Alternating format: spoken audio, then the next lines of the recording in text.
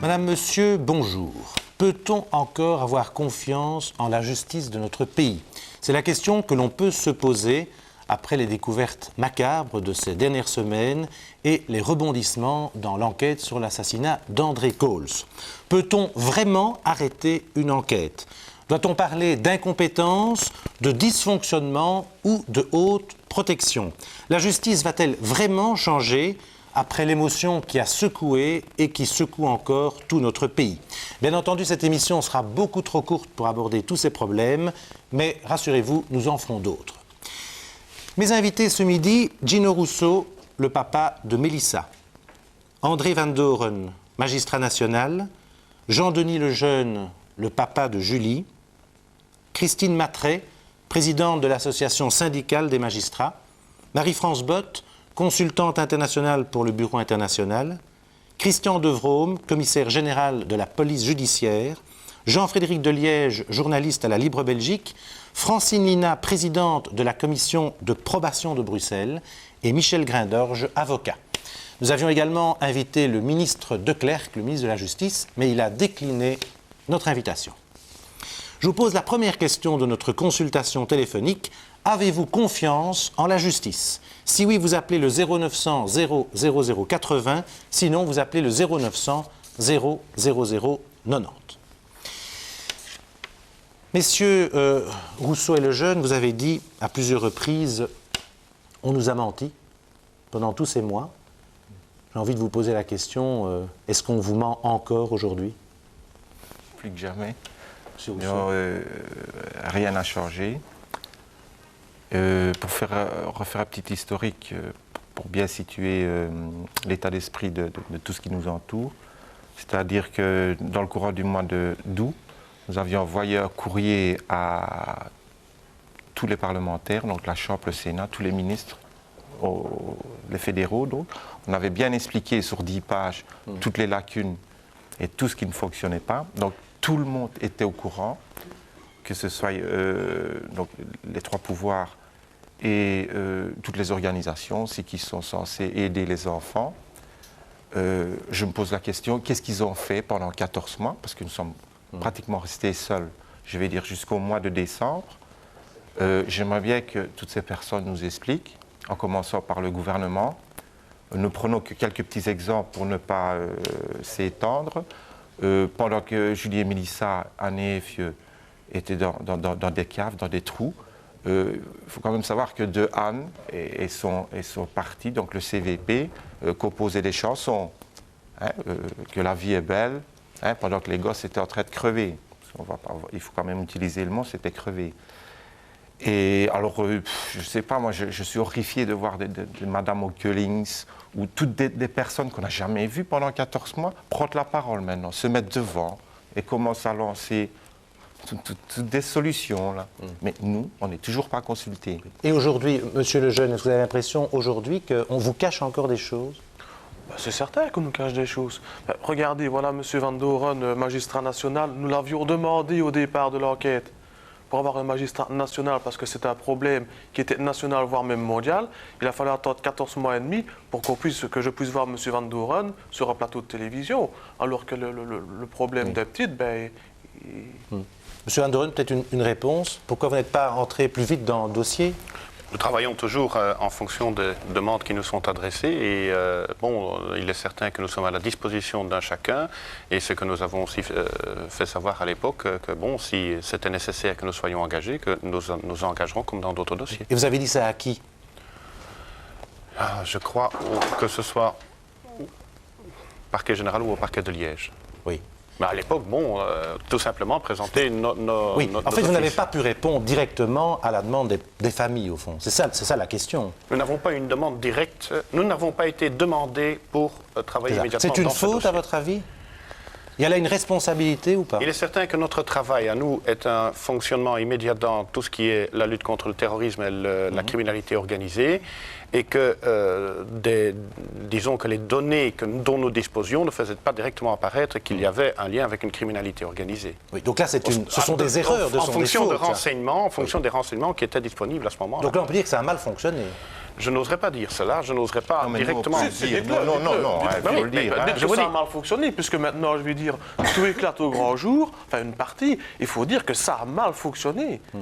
Oui, Marie-France, Moi, je voudrais quand même dire que si ça a peut-être mal fonctionné dans le transit d'information vers vous, on peut d'abord s'inquiéter pourquoi une juge d'instruction qui gère quand même la disparition de 2 enfants rencontre les parents qui sont les intéressés 3 fois en 14 mois. Ça me paraît quand même un petit peu peu par rapport à l'écoute de ce que ces familles avaient à dire.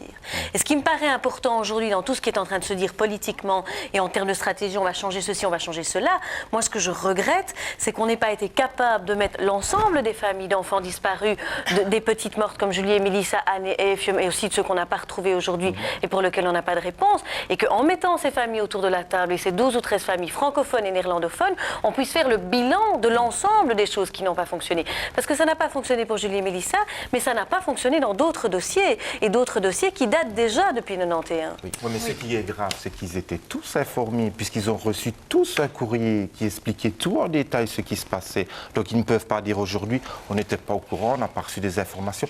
Tout le monde était au courant, à tous les niveaux. le père d'Anne Marchal a dit hier, on nous a ignorés. C'est ce que vous voulez dire? Oui, on nous a ignorés, on nous a pris pour les excités. 3 visites chez une juge d'instruction en 14 mois, ça veut dire ce que ça veut dire. Vous êtes probablement plus reçu Ouais, si en vous... sachant que ces trois contacts, c'était toujours le même contenu. Oui. Donc c'était toujours le secret de l'instruction. Madame Matré, vous êtes présidente de l'association syndicale des magistrats. Est-ce que là, vous trouvez qu'il y a faute et dysfonctionnement? Et est-ce qu'on doit trouver des responsables? Est-ce qu'il doit y avoir des sanctions? Ou bien on va se renvoyer la balle? Écoutez, je crois qu'effectivement, il y a une enquête qui, pour l'instant, cherche les responsabilités et il faut les trouver à tous les niveaux, c'est très clair. Je voudrais tout de même dire aux parents de Julie et Mélissa que dans mon organisation, nous avons énormément parlé de cela. Encore hier, toute la journée, avec des jeunes magistrats qui sont réellement traumatisés. Laissez-moi, si vous voulez, vous dire. Laissez-moi vous dire. Il y a un travail important à mener tout de suite. Les magistrats de ce pays sont totalement atterrés en prenant conscience de leur formidable insuffisance devant le drame qui s'est déroulé. Et devant cela, il y a un travail immédiat d'autocritique à faire. D'autocritique. Il est évident que la justice met en cause tous les pouvoirs, hein. Le pouvoir judiciaire, mais aussi le pouvoir politique dont nous dépendons pour nos moyens et pour nos lois. Mais d'abord, chacun à son niveau un travail d'autocritique. Et je peux vous dire que nous, même s'il est trop tôt pour tirer toutes les leçons de l'événement, et même si on n'a même pas encore circonscrit l'ampleur du drame, nous estimons qu'il y a des axes prioritaires. Et le premier, c'est une dimension humaine.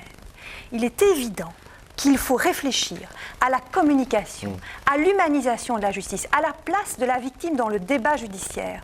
Nous ne pouvons pas continuer à fonctionner au service d'abstraction, l'ordre public, la société. Nous sommes au service des gens qui viennent nous demander justice. Sinon, ce que nous faisons n'a pas de sens. Je suis tout à fait d'accord, mais c'est pour ça que je suis là, Monsieur Rousseau, pour vous dire qu'il faut ce travail et qu'il faut aussi le poursuivre sur les dysfonctionnements des enquêtes. Matré, une question tout à fait... leur vie pour ça. Tout à fait, tout à fait. 4, hein? 4, hein? Écoute, nous sommes stupéfaits d'admiration pour ce que vous faites. Pour la dignité, on l'a beaucoup dit, mais pour la pondération et la détermination par rapport au prix qu'on de a dû continuer payer, madame. pour les autres petites filles de ce pays. Écoutez, je voudrais quand même dire qu'il y a une part d'admiration, on est d'accord, mais on a eu plusieurs rendez-vous cette semaine avec des politiques et des personnalités variées et nombreuses avec Gino, et qu'à multiples reprises, on s'est quand même retrouvé dans une situation où on dit aux parents, et ça j'aimerais bien que ce soit un appel et que ça cesse, on dit aux parents que face au drame qu'ils viennent de vivre, maintenant au moins ça va servir à changer les choses. Alors je trouve qu'on arrivait sur le plan des magistrats et sur le plan des politiques à avoir l'indécence de dire ça aux familles des victimes il y a encore 3 jours, ça suffit. Madame Matré, une question précise. On a dit que les papas avaient été reçus, les mamans, 3 fois par la juge. Est-ce que là, c'est une faute ou pas? Ça, je ne peux pas vous dire que c'est une faute parce que la loi est comme ça. Mais c'est vrai que dans les situations exceptionnelles, il faut peut-être des audaces. Et là, je ne peux pas aller au-delà, mais je considère qu'effectivement, il y a beaucoup de questions à se poser. Madame Lina, vous avez été juge. Est-ce que vous avez un sentiment là-dessus par rapport à des familles? C'est-à-dire que moi, j'ai toujours considéré que le secret de l'instruction devait être quelque chose de très limité. De très limité. Par exemple, on ne dit pas qu'on a trouvé telle arme ou une chose de ce genre. Mais sinon, quand on reçoit des victimes, il faut leur dire le maximum de ce qu'on peut dire. Ça, c'est humain, c'est tout le drame du manque de communication dans la justice, dans la médecine, dans cette société de fric où on ne pense qu'à ça. Messieurs Rousseau et Lejeune, hier nous avons fait une émission spéciale où les téléspectateurs ont eu la parole et vraiment beaucoup de téléspectateurs ont posé sur antenne et hors antenne la question « Pourquoi n'avez-vous pas pu voir le corps de vos petites filles pourquoi n'avez-vous pas pu le voir? Est-ce que vous auriez eu envie de les voir? Disons que personnellement, moi, non, je ne voulais pas voir les corps, mais les deux mamans voulaient voir le corps. Donc nous avons reçu Madame Tilly, qui est venue nous annoncer qu'il y avait des fouilles qui se faisaient, bon, on sait bien où. Et Madame Tilly a laissé un adjudant de la BSR, qui était au début de l'enquête, était un des enquêteurs principaux, qu'on a déplacé au mois de décembre, je ne sais pas pourquoi. Enfin, soit.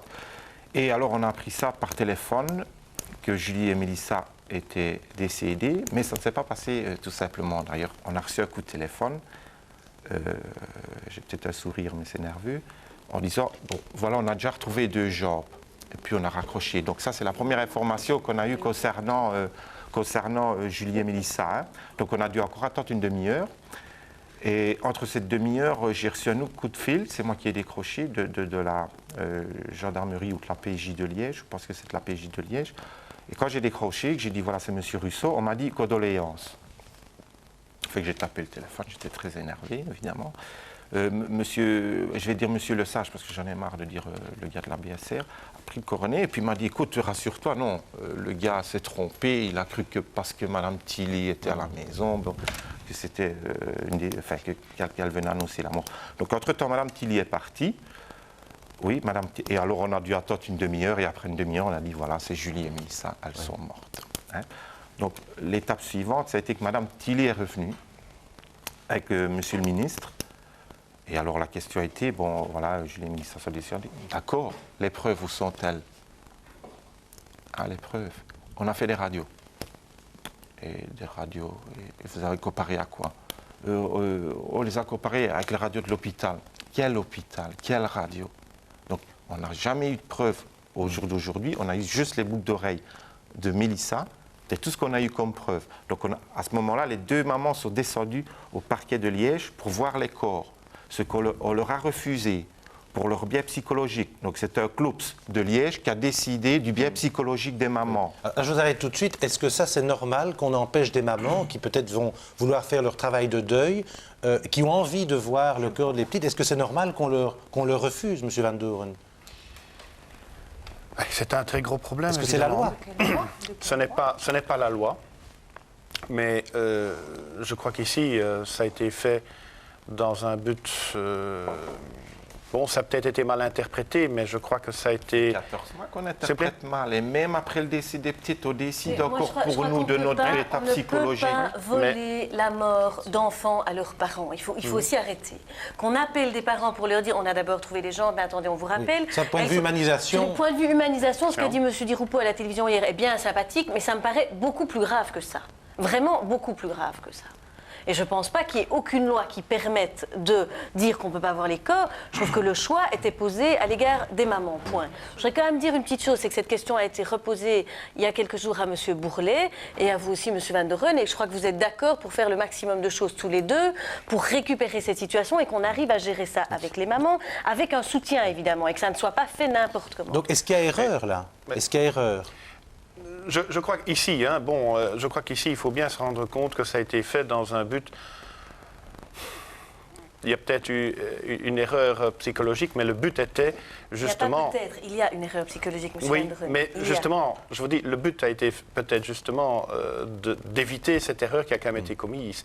Vous savez, dans si la maman voulait voir le corps des petits... Le problème, c'est que depuis 14 mois... pendant 3 quarts d'heure devant comment ça s'appelle là où on met les mots? Pendant 3 quarts d'heure. Et puis depuis 14 mois, vous êtes dans une situation où rien n'est transparent, on est dans une suspicion de mensonge sans arrêt. Alors face quand même à la découverte de corps de leurs enfants, parce qu'on perd un peu de vue que pour ces familles, c'est leurs enfants. Je crois que le souci de transparence aurait peut-être...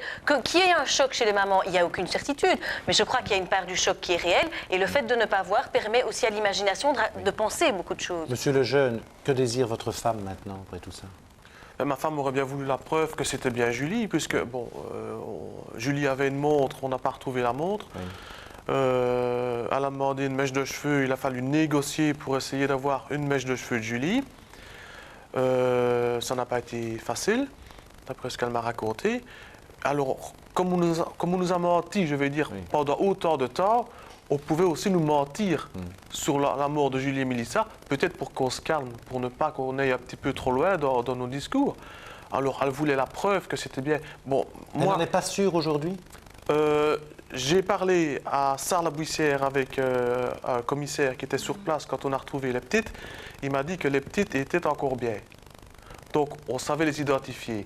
Bon, eux les ont reconnus, mais ma femme aurait certainement bien voulu voir Julie. Et aujourd'hui, qu'est-ce qu'elle voudrait? Je ne sais Elle en a fait son deuil? Je ne sais pas. La question semble rester ouverte. Mais la question, c'est de voir dans 2-3 mois comment les mamans vont réagir par rapport à ce fait-là. Est-ce qu'elles vont le regretter jusque leur propre mort de ne pas avoir eu la preuve?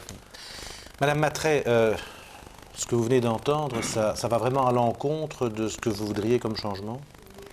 Oh, mais je ne peux, moi, qu'acquiescer à tout ce qui a été dit. Il est évident Parce que ça s'est passé il y a peu de temps, hein, je veux dire, c'est pas lointain. C'est évident, il y a des leçons immédiates à tirer. Et qui ne sont pas tirées, visiblement? Mais qui ne sont pas tirées parce que, manifestement, il n'y a pas de réflexion collective là-dessus. Mais moi, je considère que l'autocritique est immédiate. Bien sûr, on va parler du problème des moyens.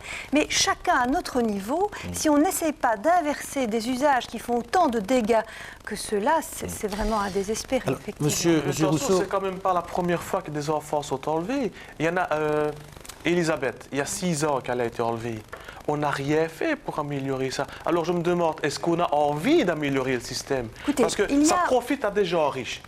Parce qu'une cassette vidéo coûte entre 500 et 1 million. Qui peut se permettre de se payer une cassette comme ça? C'est pas moi. Donc c'est des gens riches. Donc des gens qui ont un pouvoir aussi, qui ont le pouvoir de dire non, tu ne fais pas ça parce qu'autrement, c'est comme ça. Ça, c'est l'enquête. Il faut vraiment qu'effectivement, vous ayez la certitude qu'elle va jusqu'au bout. Oui, mais qui ça, c'est les éléments techniques. qu'elle est jusqu'au bout? Mais on partait des éléments humains. on va y venir. Je vous signale que dans notre sondage, notre consultation téléphonique impressionnante, il n'y a plus que 1% de nos téléspectateurs qui nous téléphonent, qui ont confiance en la justice. Je crois que c'est la consultation téléphonique vraiment qu'on n'a jamais eue des magistrats. durant toute la vie controversée. Que le monde controversée. politique prenne conscience de ça, parce qu'ils sont en train de louper un rendez-vous important avec la société civile. Monsieur Rousseau, j'aimerais maintenant qu'on vienne aux erreurs et aux responsabilités. Vous avez apporté un fax dont vous avez envie de parler, qui est là visiblement une erreur. Est-ce que vous pourriez nous résumer très brièvement la teneur de ce fax et puis on fera réagir nos invités? C'est un fax très important parce que c'est le BCR de l'époque qui renvoie donc des informations sur Monsieur Dutroux, enfin je ne devrais pas dire Monsieur, mais sur Dutroux. Et ben voilà, là... Qu'est-ce qui est indiqué? On va d'ailleurs voir à l'image. Qu'est-ce qu'il est indiqué? Préjudice néant. Oui, donc préjudice néant, ce qui Préjudice signifie... néant, avis non urgent de recherche. Oui. Et alors le plus grave, c'est que c'est signé par Monsieur De Crane, qui à l'époque était au BCR et maintenant est responsable de la cellule spécialisée. Alors tout ça, ça ne nous rassure pas parce qu'on ne veut pas nous répondre, mais il faut savoir que l'enquête qui est en cours pour le moment à Sarre-la-Bouissière, à Charleroi, toutes les informations retournent d'abord à la cellule spécialisée, puis reviennent à M. Bourlet. Donc c'est un fax qui est allé d'où à où, pour bien préciser pour nos téléspectateurs? De la cellule spécialisée, où on disait Dutroux, il n'est pas dangereux. Non, moi je ne suis plus dangereux que Dutroux quand je lis. C'est daté de quand? C'est du 24 août. La cellule de disparition enfant n'existait pas à l'époque. Non, mais c'était le BCR et c'était la même personne. Et ce qu'il faut préciser, c'est qu'un fax comme celui-là est à usage exclusif de la gendarmerie. Ce n'est pas transmis dans les autres services de police. C'est uniquement les gendarmes qui en ont connaissance. Oui. Donc ça veut dire qu'on lance un avis de recherche uniquement dans la gendarmerie. Ni la PJ, ni la police communale n'a connaissance de ces informations. Oui, d'un fax bizarre quand même. Un fax approximatif. Oui. Mais... Alors, Monsieur Van Doren, une réaction par rapport à ça, et puis aussi le patron de la PJ, Monsieur De Vrome. Il y a une erreur là quand même. J'aimerais d'abord voir le fax évidemment pour savoir exactement de quoi les éléments. Oui. Mais ça a apparu dans la presse, hein, c'est pas un scoop. Hein. Monsieur De Vrome, pendant que Monsieur Van Doren lit le fax, ça c'est une erreur? C'est une erreur. Oui. Mais on n'en parle pas. Et je dois vous dire que nous avons tous commis des erreurs. Et donc, Je pense que se rejeter la balle et dire que c'est la faute de monsieur un tel ou de monsieur un tel, il y va de ma faute également et de mes responsabilités de mon service. Mais il est un fait certain, c'est que la coordination des polices existe moins que jamais. Moins que jamais. Vous voulez dire que c'est la guerre des polices, pour être clair? Je ne dis pas que c'est la guerre des polices, il ne faut quand même pas exagérer. Je pense que les hommes peut-être s'entendent, mais les services ne s'entendent pas. Quand j'ai sorti le dossier du trou, qui est dans la documentation nationale, la dernière pièce dans le dossier du trou datait de 1987. C'était la police judiciaire de Charleroi, dont j'étais le commissaire en chef à l'époque, qui était intervenu sur Dutroux pour une affaire, je dirais presque, pas aussi grave bien entendu, mais une affaire pratiquement semblable. Et donc, j'estime que les communications entre les services de police, nous nous cachons des choses. Nous nous cachons des choses et nous nous sommes cachés des choses et nous continuons à nous cacher des choses. Et je prends aussi bien mon service que la gendarmerie ou la police communale. Là, vous reconnaissez des responsabilités. Mais bien sûr, ce sont des responsabilités que nous avons et qui doivent être changées. Deuxièmement, lorsque M. Rousseau et M. Lejeune parlent du fait qu'on n'approche pas les victimes de manière optimale, je vous rappellerai qu'il y a 13 ans, quand j'étais chef de la criminelle, j'avais demandé, Mme Lina est là pour le dire, des émissions perdues de vue. On m'a dit à ce moment-là que je voulais faire appel à la délation, et cela a été rejeté par le collège des procureurs généraux de l'époque, ainsi que par la presse d'ailleurs. Maintenant, tout d'un coup, tout le monde découvre que c'est fort utile. Moi, je dis que certaines choses, si vous me permettez, M. Vrebos, je dis que certaines choses sont importantes. Quand on dit au Congrès de Stockholm que nous avons les lois les plus progressistes d'Europe, c'est possible. Mais si on me donne un ordinateur sans me donner d'électricité pour le faire fonctionner, ça ne sert strictement à rien. Ça, c'est les moyens, donc, nous y viendrons. Je pense que les moyens doivent être suivis. Monsieur Van Doorn vient de lire ce fax. J'aimerais une réaction là-dessus. C'est un fax qui date du 24 août 1995 et qui concerne donc un avis de recherche qui est adressé à toutes les unités de gendarmerie par lequel on demande de vérifier, suite à la saisie de tous les véhicules qui ont été saisis, et on les cite ici, et les recherches à effectuer dans votre circonscription, veuillez effectuer des recherches pour savoir si l'auteur ou ces véhicules entrent en ligne de compte pour des agissements suspects à partir du 1er janvier 1995. Donc, je crois que c'est justement à partir du moment où on a récupéré tous ces véhicules-là qu'on envoie cette demande pour que toutes les unités de gendarmerie vérifient les véhicules qui ont été saisis. Mais Dutroux, il n'est pas dans vos fichiers, Dutroux. Attention. Jean-Frédéric de Liège. Dans la liste qui figure sur ce fax, à mon avis, figure la fameuse CX grise. Et peut-être la camionnette blanche. Exact. Bon, alors ça veut dire quoi? Ça veut dire que la gendarmerie, à l'époque, est en train de faire une enquête interne. Elle travaille toute seule sur le dossier et elle ne veut pas que des renseignements parviennent à la police judiciaire de Charleroi et au parquet de Charleroi parce que la gendarmerie a d'énormes doutes sur certaines personnes dans le monde judiciaire à Charleroi. Elle ne veut pas, en clair, que ça arrive chez Zico. La gendarmerie ne veut pas qu'on sache qu'elle travaille sur Zico et sur Dutroux, parce qu'elle sait que Zico protège Dutroux. Vous savez comme moi qu'il y a au moins 2 ans, si pas 3 ou 4, qu'on parle de Zico un peu partout en Belgique. Et c'est ça le problème de ce genre de fax. C'est ça le problème du manque de coordination entre les services de police. Parce que quand vous dites que ce sont les services qui ne s'entendent pas, moi, à mon avis, ce ne sont pas les services qui ne s'entendent pas, ce sont les patrons des services qui ne s'entendent pas. Les hommes de terrain, généralement, s'entendent. Oui. On connaît peu de cas de... Vous qui êtes le patron d'APJ. Je pense que c'est inexact ce que vous dites. En tant qu'homme, le général de Rieder et moi nous entendons, en tant qu'homme, et nous nous respectons, je crois. Je pense aussi qu'il y a un autre problème. Encore plus grave. C'est que dès le moment où on est confronté... Si vous entendez bien, c'est encore plus grave. Voilà, mais il y a, M. Rousseau, et là je dois vous dire, il y a 2 ministères.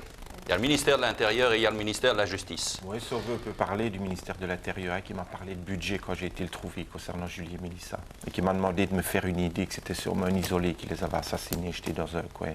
On peut en parler aussi, hein, comme ça on n'avait pas besoin de débloquer des budgets pour retrouver des cadavres. On y est arrivé aux cadavres. Oui. Je voudrais continuer, M. Rousseau, si vous me le permettez. Dès le moment où les systèmes sont confrontés, et les systèmes sont confrontés, ces systèmes ne marchent pas ensemble. Il faut être clair, il faut le dire, ces systèmes ne marchent pas bien et ne marchent pas ensemble. Et il y a des années que cela dure. Avec l'affaire du Brabant-Wallon, avec l'assassinat du ministre d'État Coles, avec votre affaire, etc. Et autour de la répression, à l'heure actuelle et depuis des années, il y a autre chose que cela. Il y a l'accompagnement social des victimes, il y a l'accompagnement psychologique des victimes, et on ne semble pas s'y être intéressé. Quand vous voyez dans un procès d'assises la partie civile, elle a une petite table là à gauche. On s'occupe énormément de l'auteur des faits, il y a des psychologues, etc. Mais les victimes, on les laisse là. Comme la fille de M. Finet que j'ai vue tout à l'heure, il y a des années que cette dame n'est pas... Monsieur Devaux, une question précise, parce que beaucoup de téléspectateurs nous l'ont posée hier. On nous a posé la question, pourquoi lors d'interrogatoire, on n'emploie pas le sérum de vérité ou des substances chimiques qui permettraient de faire dire plus rapidement la vérité aux... Notre loi ne le permet pas. Notre loi ne le permet pas. Non, c'est une question, donc c'est une question de loi. C'est des lois qui datent de Napoléon. Qu'est-ce qu'elle a fait, la magistrature? Et vous, en tant que, législatif, en tant pour que patron changer ces d'APJ, lois pendant 200 ans? vous seriez favorable à ça ou pas? Je ne sais pas si c'est vraiment une solution d'utiliser ce genre de choses. Le détecteur de mensonges tel qu'on l'utilise aux États-Unis, peut-être. Oui. C'est aussi interdit en Belgique? C'est également, ce n'est pas une preuve en Belgique. Et vous souhaiteriez que ce le soit? Ce serait peut-être une aide. Ce serait peut-être une aide, pourquoi pas? Oui, attendez, j'aimerais poser une question à Michel Grindorge qu'on n'a pas encore entendue. Est-ce que vous êtes étonné de ce qui se passe aujourd'hui? Monsieur Vrébos, ça suffit maintenant. Je veux dire que ça suffit, ces discours lénifiants, ces étonnements calculés, c'était entre les mains. Je ne parle pas de vous, madame, je vous connais, je vous apprécie personnellement. Mais nom de Dieu, ça fait des années que dans toute une série de dossiers fondamentaux, comme les tueurs du Brabant, dont Patricia Finet est la fille, où on va plaider en chambre du Conseil à Charleroi le 20 septembre, avec 400 cartons, où le réquisitoire c'est non-lieu ou prescription. Et qu'est-ce que vous voulez dire par... Il y a 29 morts.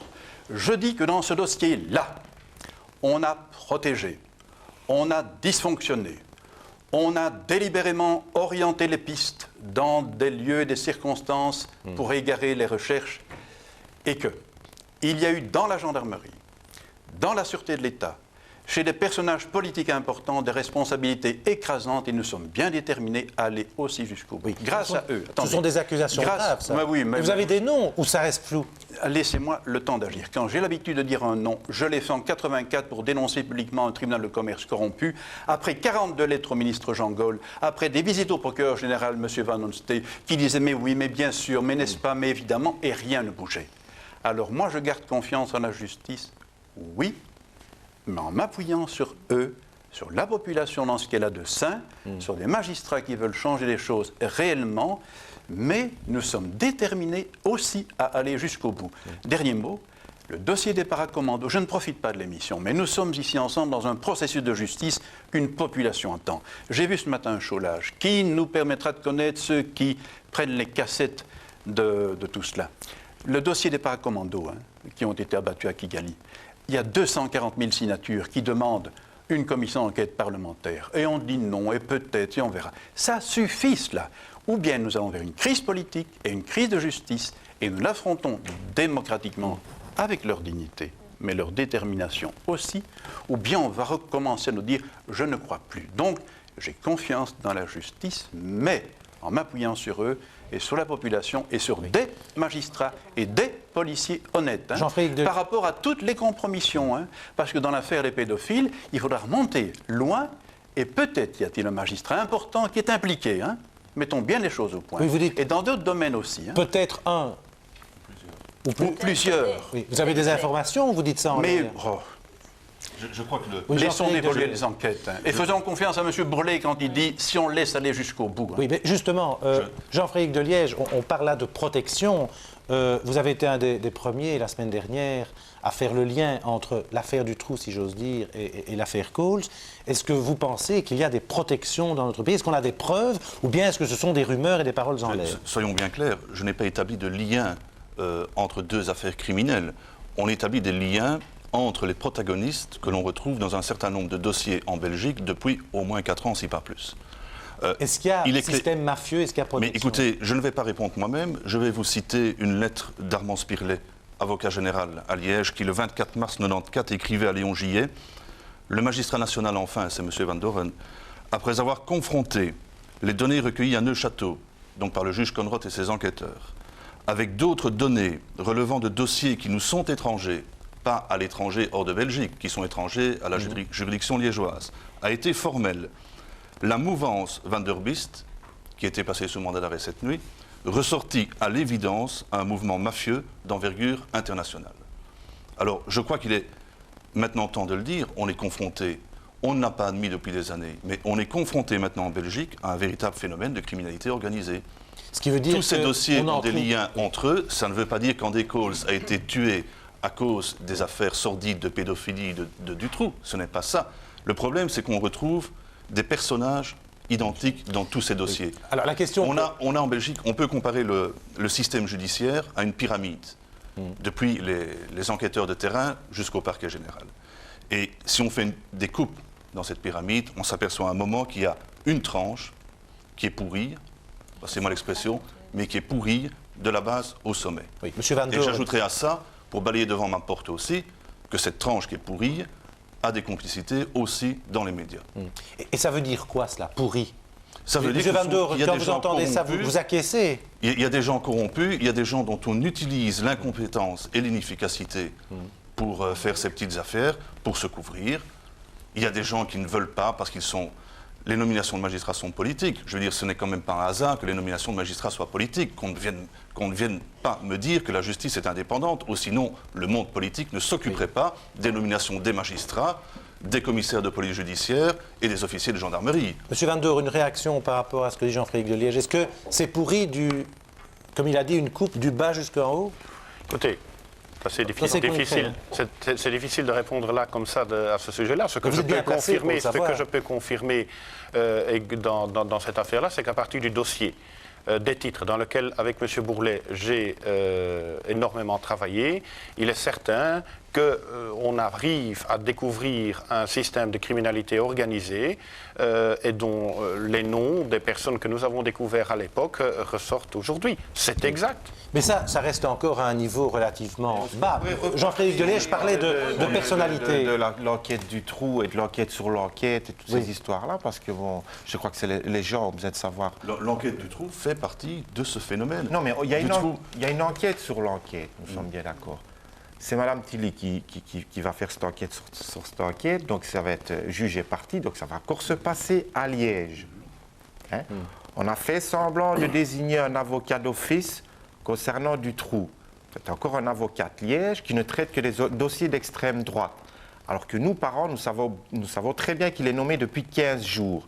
Et on passe son temps à interviewer des avocats qui disent non, moi je ne veux pas des fautes du tout. Il faut signaler aussi que cet avocat est l'avocat d'un des inculpés du dossier des titres volés, qui est l'inspecteur de police Gilbert Prudhomme. Et qui est très ami avec Mme Bourguignon. Oui, parce que je comprends parfaitement qu'on puisse comme ça mettre en cause, évoquer des soupçons, sans citer des personnes, jeter encore plus de troubles qu'il n'y en a dans l'opinion publique. Moi, j'ai entendu hier, et je crois qu'il faut le relever, l'enquête qui va être menée sur l'enquête, elle fera l'objet d'un débat parlementaire. Et nous l'adorons.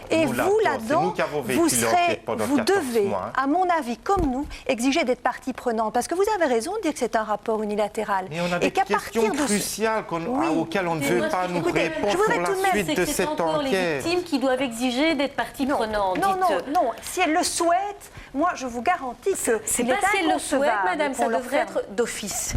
Les victimes ne devraient pas avoir à se battre pour être partie prenante. On nous a dit hier que le rapport sur l'enquête ferait l'objet d'un débat public.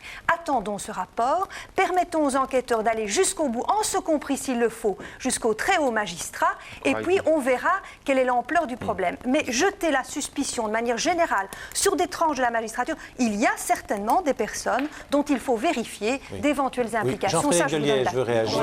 Je crois qu'il ne s'agit pas d'attaquer le monde judiciaire dans son ensemble. Il s'agit maintenant, et il y a urgence, il s'agit d'admettre qu'il y a dans la magistrature et dans le monde policier des gens qui ne travaillent pas correctement pour des raisons, comme le disait Mme Lina, bien souvent d'argent. Peut-on admettre qu'à Charleroi, des magistrats circulent dans des voitures qui leur ont été fournies à des prix défiant toute concurrence par un garagiste informateur de Georges Zico? On le sait depuis 2 ans. Est-ce qu'on peut l'admettre? Oui, écoutez, Monsieur de Liège, on ne peut pas mettre en cause des personnes comme ça quand on n'a que des informations unilatérales. Le milieu de Charleroi est profondément bouleversé par les insinuations vagues et impersonnelles qui ont été formées. Ça, c'est pas vague, ça. Non, mais si, parce que quels sont les noms et quelles sont les circonstances et quelles sont les conditions dans lesquelles ces véhicules ont été achetés. Il faut évidemment qu'on en sache. Mais il ne faut pas jeter en pâture comme ça un certain nombre de noms sans être plus précis quand on n'a pas instruit à charge et à décharge. Oui, Maître Grindor. Je voudrais tout de même dire ceci, n'est-ce pas? Quand on donne, madame, des renseignements précis Quand on écrit 42 lettres au ministre Jean Gol, quand on va voir monsieur le procureur général décédé Van Onsteeg, qu'on lui explique, quand on va voir le procureur du roi de Nivelles, monsieur Deprêtre, et que je dénonce la corruption Oui, d'une... vous avez Attendez, raison. laissez-moi terminer. Et que je donne les noms et que je prends les responsabilités publiquement, ce n'est que parce qu'avec un petit noyau de gens qu'on a fait appel à l'opinion publique dans ce qu'elle a de sain, que finalement les choses ont bougé. Donc, je ne dis pas ça à la légère. Je garde confiance dans la magistrature, tout compte fait, nom de Dieu, et dans la justice. Mais attendez, mais pas à quel prix? C'est fini. Les rodomontades, les déclarations générales, je m'appuie sur eux et sur le mouvement d'opinion publique dans ce qu'il a de sain. Parce qu'il peut être aussi poujadiste. Un petit coup d'œil sur notre consultation téléphonique. Toujours un peu plus d'1% de téléspectateurs qui ont encore confiance en la justice. Dernière question de notre consultation téléphonique. Ira-t-on jusqu'au bout de l'enquête? Ira-t-on jusqu'au bout de l'enquête? C'est bien entendu l'enquête du trou. Si vous pensez que oui, vous appelez le 0900 00080. Si vous pensez que non, le 0900 00090. Alors j'aimerais vous poser à tous une question très précise que les téléspectateurs nous ont également posée. C'est comment peut-on arrêter ou freiner une enquête et surtout qui peut le faire? À quel moment dans l'appareil judiciaire ou politique peut-on freiner une enquête? Monsieur Van Doren. La question est évidemment extrêmement difficile Oui. à répondre. Et j'aimerais Et des choses concrètes. d'autant plus que nous nous Ceux qui trouvons... ont de l'argent, c'est ceux qui sont Il est au-dessus. certain que, C'est pas... disons que, bon, on était en accusation ici, donc, et il faut bien reconnaître, et je veux être très clair de ce côté-là, qu'en tant que magistrat, nous sommes tout à fait d'accord pour dire que des choses doivent changer, que toute une série doivent s'adapter, et ce n'est pas neuf, et je crois qu'il y a nombre de magistrats là-dessus qui veulent travailler. Oui, mais dans qui, cette affaire-ci, dans cette affaire, donc, au point de vue de blocage d'une enquête, bon, tout d'abord, quand on a l'impression qu'il y a une enquête qui est bloquée, si on veut la bloquer, il est certain qu'à un certain moment, il peut y avoir des limites, que ce soit au point de vue des budgets pour aller à l'étranger, pour engager des expertises et des affaires pareilles, mais peut-on parler à ce moment-là d'un blocage d'enquête en tant que tel? C'est très difficile. Et il est certain que si on parle de blocage d'enquête, on le parlera toujours après coup. Au moment même, il est parfois très difficile de pouvoir dire qu'il y a eu un blocage d'enquête. Est-ce qu'il y a des injonctions? Je vais être plus précis. Est-ce qu'il y a des injonctions? Qui peut les faire? Qui doit obéir? Ou qui peut envoyer promener celui qui fait l'injonction? Madame Lina. Il y a un cas dont je me souviens, c'est l'affaire Salik. Le ministre de la Justice a donné pour injonction au procureur général à la cour d'assises de poursuivre en nullité tous les actes dans l'affaire Salik. Oui. Tout le monde savait que Salik était fort généreux avec tous les partis politiques. Heureusement, la cour d'assises a réagi, mais le procureur général a dû poursuivre en nullité tous les actes. Ça, c'est évidemment clé. Mais est-ce qu'il n'y a pas des moyens plus sournois, plus cachés? Oui, il suffit d'utiliser la Cour de cassation qui, le 1er juin 1994, a dessaisi le juge Conrot du dossier Coles et du dossier titre volé. Je ne peux pas vous laisser dire, monsieur. Alors, Monsieur écoutez, Debienne. moi je vais suis vous expliquer désolé. pourquoi. On est en train maintenant de repasser les plats, d'arrêter les personnes qui avaient déjà été inculpées il y a 2 ans par le juge Conrot, et on vient nous faire croire que tout d'un coup, on aurait vraiment tous les éléments. Écoutez, ça, et c'est trop qu'à Neuchâteau, il n'y avait rien du tout et qu'on Parole ne à pouvait la rien défense, faire. si Madame vous voulez bien. Lacret, oui. Parole à la Mais défense. j'aimerais des réponses concrètes. Très précisément, on ne peut pas simplifier le dessaisissement de Neuchâteau de cette manière. Pourquoi? Parce qu'en réalité, vous aviez un dossier ouvert à Liège à la demande du parquet général et un dossier ouvert à Neuchâteau à la demande des victimes. Il y a eu deux décisions de dessaisissement. La première émanant de Neuchâteau même.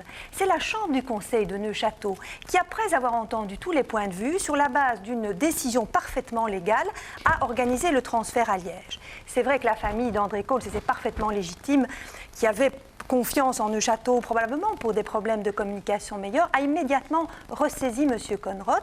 Et c'est effectivement alors que la Cour de cassation a regroupé le dossier à Liège. Mais je vais vous dire... Vous avez été très vite Ah à la oui, Cour je de vais vous dire. cassation, Mais je vais vous dire qu'il y a Qu'est-ce que vous d'autant voulez dire moins... par là? Est-ce que vous Qu'est-ce savez que vous voulez dire pourquoi par là, M. Que c'était dans les jours qui ont demandé suivi. son dessaisissement? Qu'elle a manqué de sérénité, Enfin. même la Cour de cassation. Oui, mais ça veut dire que là, il y a quelqu'un derrière, ou pas? On n'y voit pas de Non, écoutez, complot. Je Donc, il n'y a pas de l'arrêt- complot. L'arrêt est ici. Il est motivé sur 2 dispositions du Code d'instruction Très rapide, criminelle. hein. Et il est motivé sur quoi? Sur une situation conflictuelle entre les enquêteurs Oui. qui, effectivement, en raison d'un certain relais médiatique intempestif, avait des effets négatifs sur les investigations. Mais j'ajoute qu'il y a d'autant moins de raisons de suspecter cette rivalité systématique entre Liège et Neufchâteau que je vous rappelle que tout ça se passe sous le contrôle du même parquet général qui encourage le parquet de Neufchâteau dans la piste des titres volés, qui encourage le regroupement à Liège et qui doit normalement contrôler que toutes les pistes sont suivies. Écoutez, on n'a pas encore répondu à ma question concrètement. On refaire l'histoire. Mais c'est vous qui attaquez la décision des saisissements. Monsieur Conrad, dans sa lettre au roi, je ne l'ai pas lu. et dit « J'ai, en mon âme et conscience, comme je l'explique dans ma plainte, opté pour la solution intermédiaire de solliciter mon dessaisissement en dénonçant ces agissements graves et bien réels. » De quoi parle-t-il? Des bâtons qu'on lui met dans les roues pour mener son enquête au départ de Liège. Je repose la Il y a question. 14 pages qui les expliquent. Oui, je repose la question. Qui peut mettre des bâtons dans les roues? J'ai pas encore eu de réponse. Monsieur Devrault. J'aimerais intervenir sur deux choses. J'aimerais des réponses. Oui, Hein. mais si vous voulez bien, j'ai été commissaire en chef à Charleroi de 86 à 90. Je connais bien cette région, qui est une des régions les plus criminogènes, je dirais, de Belgique. Certainement la plus criminogène. On est occupé à l'heure actuelle à faire un amalgame entre peut-être, je n'en sais rien, monsieur de Liège, des magistrats qui ont acheté des voitures à des prix défiant toute concurrence, et un inspecteur principal arrêté. Je voudrais bien quand même dire les choses. C'est que j'ai appris que cet inspecteur serait arrêté le jour où il a été arrêté. Moi, en tant que chef supérieur, je dirais, de cet inspecteur, j'aurais pu, si dès le moment on avait eu des soupçons vis-à-vis de cet inspecteur, demander aux procureurs généraux de l'écarter de cette brigade, pour que la suspicion ne soit pas jetée sur l'ensemble de la brigade. Parce que cette brigade, il y a peut-être des gens dans les services de police, gendarmerie qui travaillent pas bien, mais ça ne veut pas dire qu'on a fait un amalgame non un plus. dossier sur l'inspecteur Zico, Oui. comité... Attendez, on s'éloigne. Monsieur Que Devrault. moi j'ai initié. Mesdames, messieurs, moi je n'ai Moi, pas j'ai ma initié. réponse Qui et je peut suis arrêter- entêté. Non, non, Je je vais veux vous ma la réponse. donner. Qui peut mettre des bâtons dans les roues? Je Quelles vais sont vous les la fonctions donner. qui peuvent freiner une Moi, je vais enquête? vous la donner. justice. Oui. Il y a le procureur du roi qui a un pouvoir d'opportunité des poursuites. Il y a les enquêteurs qui peuvent ne pas transmettre des informations. Qui peut faire pression sur les uns et sur les autres? C'est la vraie question. Voilà, qui? Mais à l'heure actuelle, je peux vous dire que d'abord le procureur Bourlet, je ne suis pas son porte-parole, je crois qu'il n'en a vraiment pas besoin, que c'est un homme suffisamment franc et courageux. Quand il a dit si on me laisse travailler, j'ai eu des entretiens avec lui, il n'a jamais visé à Neufchâteau, ni sur le dossier des titres volés, ni sur aucun autre, une pression occulte, hiérarchique, politique, etc. Si je trahis sa pensée, qu'il Donc intervienne. personne ne peut mettre des bâtons dans les roues. Mais par contre, ce qui peut se passer, c'est que, à l'heure actuelle, des magistrats de notre association nous mettent en alerte, car il y a réellement un dysfonctionnement grave dans les enquêtes. Les magistrats sont légalement responsables des enquêtes et la maîtrise de ces enquêtes leur échappe pour des raisons de politique qui favorisent pour l'instant un département de l'Intérieur qui encourage la gendarmerie à constituer des dossiers parallèles. Je vois que M. de Liège approuve. Et d'un autre côté, les magistrats responsables de ces enquêtes n'ont pas l'information dont ils sont eux-mêmes responsables. Attendez, résumons. Ça, c'est un problème. Résumons. Donc, dysfonctionnement parce que la gendarmerie, encouragée par le ministère de C'est une l'Intérieur, politique fait des respectable, dossiers pour elle, c'est ça, qu'elle ne transmet sécuritaire. pas aux autres. Et quand un gendarme, pour l'instant, est requis par un juge ou par un procureur de faire un devoir, d'après les témoignages que nous recevons et que nous allons instruire très sérieusement, ce qui se passe, c'est qu'il y a d'abord un rapport à la gendarmerie. Comme l'enquête Allez. de Julie et Mélissa. Ah, je ne sais pas, dites-le nous. Non, mais Attendez, Monsieur Rousseau, oui. Non, mais Monsieur Conrad, Monsieur Bourlet n'ont eu aucune pression. Hein, il n'y a eu aucune pression. N'empêche qu'il y a 3 mètres de barbelier, il y a des mitraillettes, il y a... On se Dites croirait... le dossier de Neufchâteau sur les titres volés. Hein, Oui, mais j'essaie ici, on d'expliquer. parle de l'enquête sur du trou. Ben non, Oui. pas. Alors, est-ce qu'on ira jusqu'au bout? Il n'a eu selon vous aucune pression, mais il faut un char pour Ah, il est- arriver jusque Il y a des chez menaces, Conrad. c'est évident. Et qu'il les dit, ces menaces. Qui fait ces menaces? Ils ont quand même le moyen de détecter ces coups de fil. D'où viennent ces menaces? Donc il y a quand même une preuve qu'il y a de l'intimidation et des menaces et des pressions. Ce n'est pas nécessairement par téléphone, les menaces, hein, ça peut être des informations qui viennent, comme on dit, Donc, là, d'informateurs, dire qu'il a les mains libres, je ne sais pas. Pour l'instant, je voudrais dire simplement une 95% des téléspectateurs C'est des qui nous pressions, téléphonent pensent qu'on n'ira pas jusqu'au bout de l'enquête. Simplement une chose Marie-France pour enchaîner, c'est que on parle beaucoup de la gendarmerie et de la note de consensus qui va donner à la gendarmerie quasiment toutes les enquêtes importantes qui existent. Je sais bien, mais j'espère que ce ne sera pas fait. Croyez-le bien, j'espère que ce ne sera pas fait. Mais il ne faut pas croire aussi que tout fonctionne bien à la police judiciaire. Le patron de la cellule COS à Liège, il va falloir un jour qu'il rende des comptes à la justice sur ce qu'il a fait. Moi, je suis désolé, ce patron de la cellule COS, ça fait 4 ans qu'il sabote l'enquête sur Vanderbist et consorts. Hein. Ça fait 4 ans qu'il sabote l'enquête sur Taxquet. Il faut quand même savoir qu'une semaine après l'assassinat d'André Coles, il y a eu une lettre anonyme qui dénonçait Richard Taxquet. Je crois que M. Van Doren ne me contredira pas, il connaît bien le dossier. Il y a une lettre anonyme qui dénonce Richard Taxquet. Qui interroge, comme par hasard, Richard Taxquet une semaine après? C'est le commissaire Broz. Et que fait le commissaire Broz? Il dit qu'il n'y a rien dans la lettre et il donne copie de la lettre à Richard Taxquet qu'on dénonce comme l'assassin de Coles. Monsieur Van Qu'est-ce que ça Doren, veut dire? sabotage Et à ce n'est que Liège. le premier élément d'une longue série. Le premier élément d'une longue série. Comment vous pouvez réagir? C'est assez grave, ça, ce qui est dit. Ce que monsieur de Liège dit, c'est exact. Ce sont des renseignements qui me sont aussi parvenus. Mais je crois qu'actuellement, ce n'est pas qu'on... Je crois qu'on doit, avec les derniers développements qu'il y a, d'abord se réjouir qu'on revienne à avoir la vérité, qu'on arrive à avoir, espérons-le, la vérité dans cet assassinat d'un ministre d'État. Bon, je crois que c'est important. Mais il a autant d'importance que... Bien entendu, bien entendu. Qu'une vieille dame qui vient d'être Mais bien assassinée, entendu, hein. bien C'est pas parce entendu. qu'il est ministre qu'il a droit Non, à non, plus qu'autre bien chose, hein. entendu, bien Faut rester les entendu, pieds sur terre. bien entendu. Tout à fait, tout à fait. Là, je crois qu'il faut être très clair. Hein. De ce côté-là, pour nous, il n'y a pas d'autre priorité. M. Coles a eu droit à beaucoup moins que d'autres personnes préjudiciées ici en Belgique. Voilà. Je peux vous dire, cette enquête est un véritable scandale, la façon dont ça s'est passé, l'enquête sur l'assassinat de Coles. Mais là, Jean-Philippe Golèche, si on vous suit, ça veut dire qu'il y a eu manipulation et protection. Mais il y a eu manipulation, c'est clair et net. Je veux dire, moi je le dis, et au risque d'avoir des procès en diffamation, je le dis, le rôle du commissaire Broz dans cette enquête est anormal. Il faut savoir que au début de l'enquête, après l'assassinat de Coles, qui est le patron, entre guillemets, à la PJ de l'enquête, c'est le commissaire Zangerley, qui fait son boulot. Quand arrivent les déclarations de Todarello, donc qui mettent en cause le milieu politique, Van der Bies, le PS et un certain milieu franc-maçon, qui voit-on arriver? Et là, tous les témoins vous le disent, qui voit-on arriver subitement en réunion? Le commissaire Broz. Et qui devient dans la foulée le patron de la cellule Coles? Le commissaire Broz. Désigné par qui? Par Léon Gillet. Il y a des témoignages de personnes qui ont contacté, d'hommes politiques, qui ont contacté Léon Gillet pour savoir comment faire pour transmettre des informations à la justice. Léon Gillet leur a dit « Allez voir le commissaire Broz, il vous entendra et il transmettra au juge d'instruction ce qu'il juge nécessaire de transmettre. » Ce n'est pas un dysfonctionnement, ça. Oui. Ce n'est pas un contrôle de l'enquête par Monsieur le patron de la Van cellule Doren, Coles. réponse. Écoutez, Brièvement, parce que actuellement, j'aimerais... vous dites ainsi, moi je peux vous dire une chose. Ce qu'on dit actuellement du commissaire Broz, ça devra être vérifié. Et bon, mais je peux vous dire une chose, c'est que j'ai connu le commissaire Broz dans d'autres affaires aussi, où il a fait preuve de beaucoup d'efficacité. Oui. Je prends l'exemple de l'attentat au palais de justice.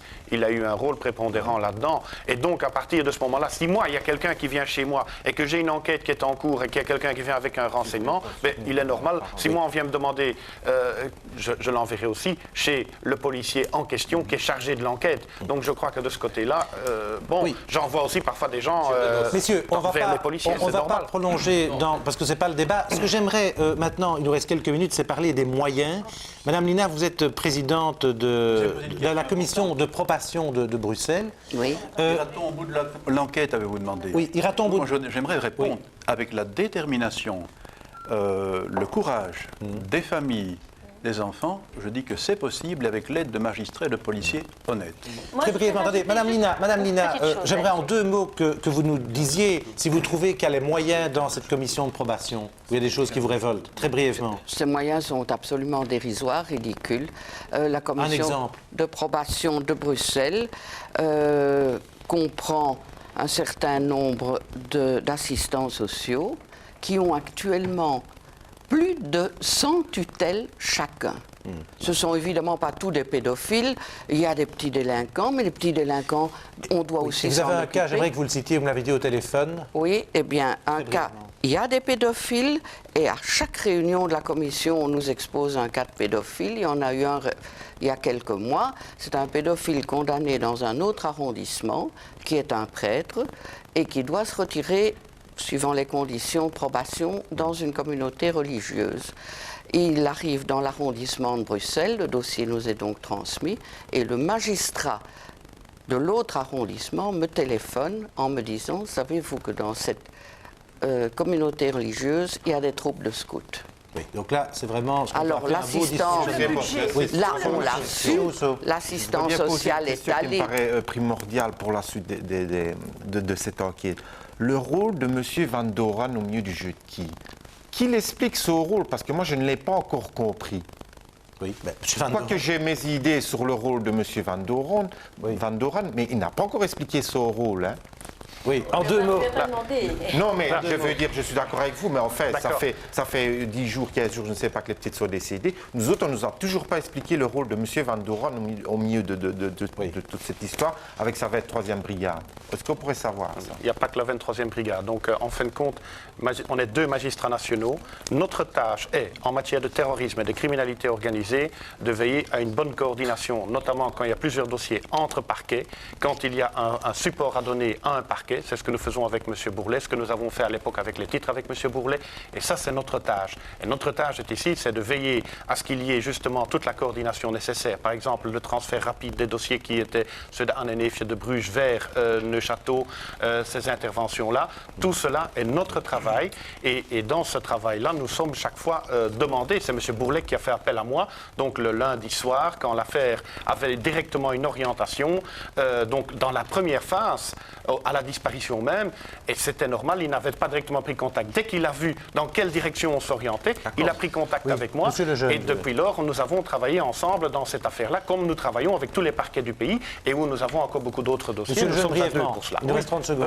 Je veux dire que, bon, à propos des moyens, un commissaire, un inspecteur de la PJ de Bruxelles s'est proposé pour nous aider et pour relire le dossier, il était d'accord. Monsieur J a dit, surtout pas, vu la susceptibilité des enquêteurs liégeois. Or, ici, que les petites soient décédées et qu'on veut faire toute la clarté maintenant qu'elles sont décédées, on a un Anglais qui est là avec son matériel et des chiens allemands.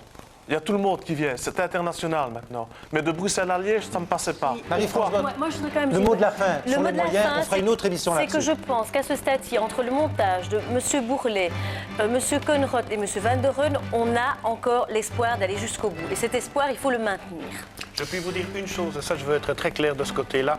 Notre volonté est d'aller au bout et nous ferons tout ce qui est dans notre pouvoir pour y aller. Et ça, je vous le garantis. Et à ce faudra- stade-ci, j'y crois. Il faudra persuader les téléspectateurs, puisque 95% de nos téléspectateurs qui ont téléphoné ne pensent qu'on n'ira pas jusqu'au bout de l'enquête. On me signale qu'on a reçu près de 9000 appels. On fera certainement une autre émission sur les moyens de la justice, car aujourd'hui, on n'a pas eu le temps de l'aborder. Bon week-end, à dimanche prochain.